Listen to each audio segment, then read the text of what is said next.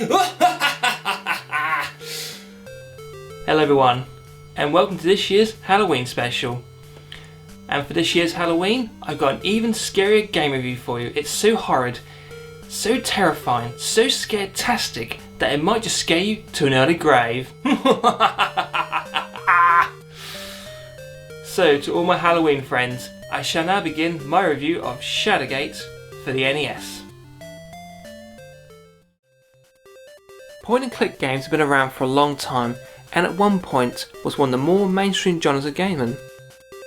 So where in a timeline of point and click adventure games does this game fit into? It would have been just before they simplified the interface that we tend to use now in point and click adventure games.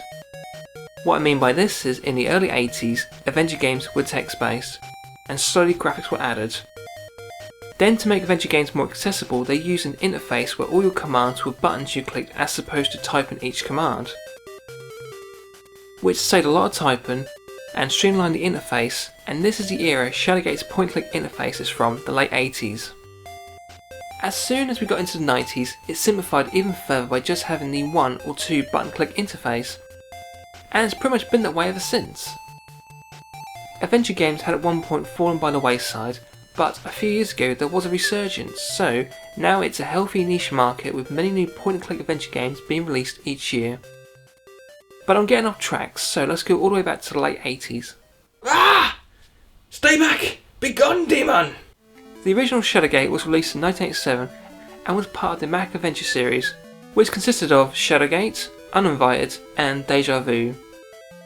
Because of the success of them games, they were ported to several computer systems, consoles and handhelds. So in 1991, Shadowgate was ported to the Nintendo Entertainment System. The story. It's been foretold eons ago that you and you alone are destined to stop this evil. It's your destiny, you can't run from it, so embrace it, fellow adventure gamer. You play as an unnamed character who is the last line of Hero Kings. It falls onto you to stop this evil warlock from raising Behemoth from the bowels of hell and bringing darkness over our world. You start off at the front of Castle Shadowgate, armed with only your wit and courage to see you through your adventure. Good luck, you will need it.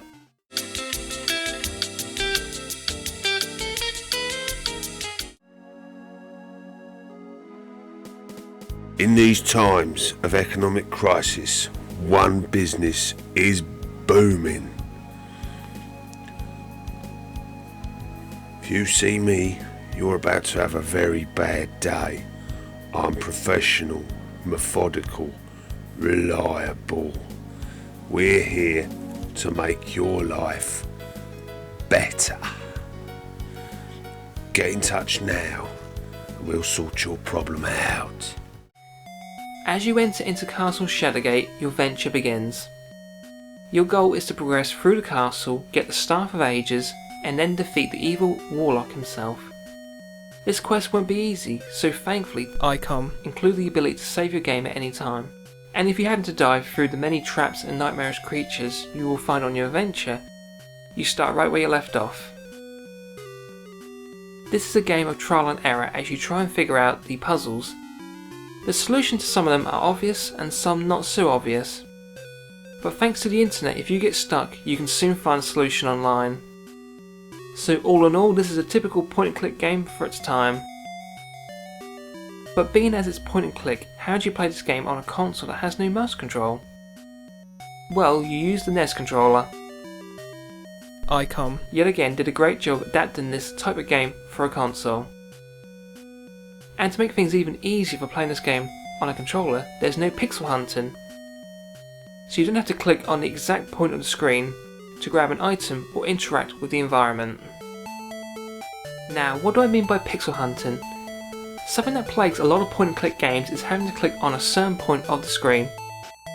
It's funny how many times this has happened to me where I was in fact clicking on the right spot, and because I couldn't interact with what I was trying to interact with, I moved on to another area to search for clues, and all the while not knowing I was in fact doing the right thing before. Arrgh! It's the one thing about point and click games that annoys me. And that's something that doesn't happen in this game, thankfully. This makes Shadowgate very forgiving, and whatever it is you're trying to interact with, as long as your pointer is in the general area, the game will get what you're trying to do. And to make things more interesting, the evil warlock has no light in the castle. Haha! Take that, adventure gamer. Or maybe you've got to pay the electric bill, who knows? So you have to light your way with torches which you will find scattered around the castle. But remember, adventure gamer, always keep at least one torch lit at all times, otherwise it's game over. And every time you die, you see the Duke of Death himself, the Grim Reaper. So, my advice? Don't fear the Reaper. Your ass is mine now! Ha ha ha ha ha!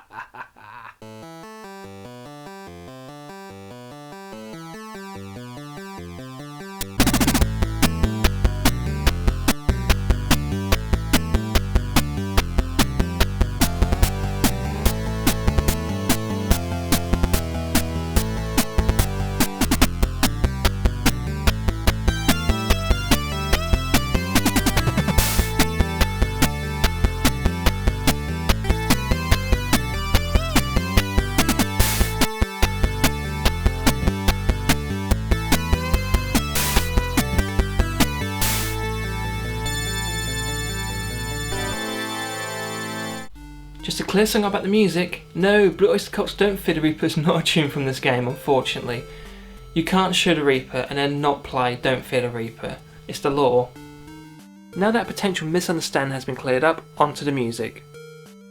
Music can transform something average into something amazing, and the music in this game just does that. The tunes are varied and really do fit in well with the locations you're in, and if you're somewhere that's safe, it reflects in the soundtrack, and if you're somewhere that's dangerous, the music will sure let you know it. The music is just so creepy and will keep you on the edge of the couch. There are probably 2 tunes in this game that will get on your nerves, but apart from them, this is a fantastic soundtrack that will leave a lasting impression on you.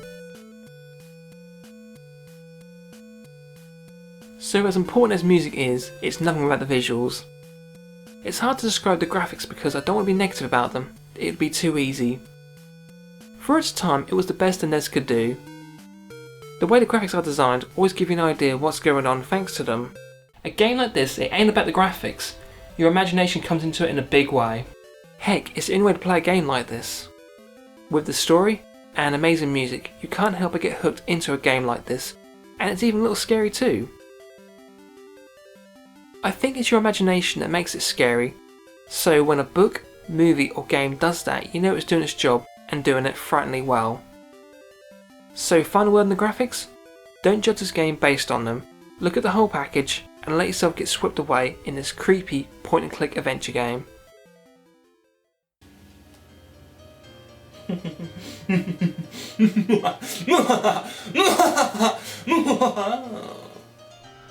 So, my creepy final thoughts.